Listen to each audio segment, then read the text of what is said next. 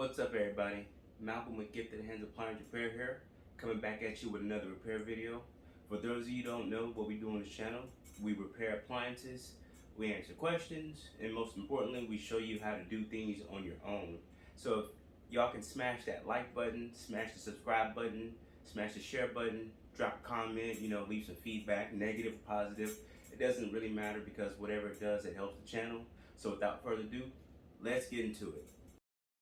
What's up, everybody? It's Malcolm with Gifted Hands coming back at you with another video. Today we're going to be doing something different. I'm actually going to be taking you guys on a day with me to work.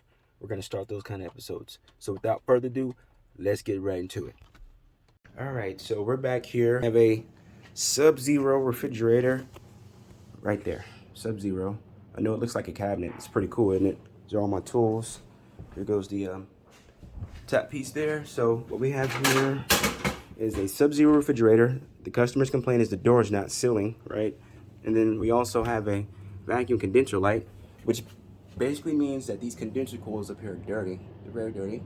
And we're gonna go ahead and get them cleaned for the customer upon return. But the reason why the door is not sealing properly is because the door seal is torn here. As you can see, it's torn.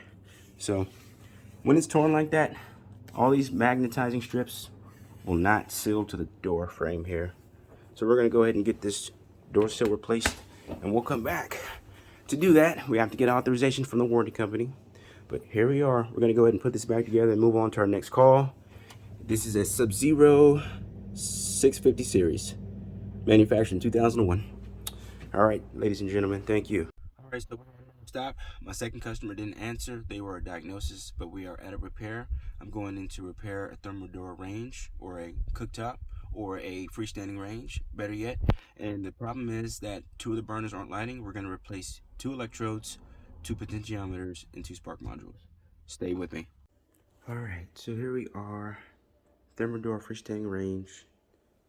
Got the left front and the right rear burner not igniting whenever you go to turn the switch. Got my knobs on the floor. I'm just taking these off. I'll get back with you once we get into the repair, guys. All right, ladies and gentlemen, we got halfway through this repair, and these 2 burners, they won't come up. They're rested in. I got this side off.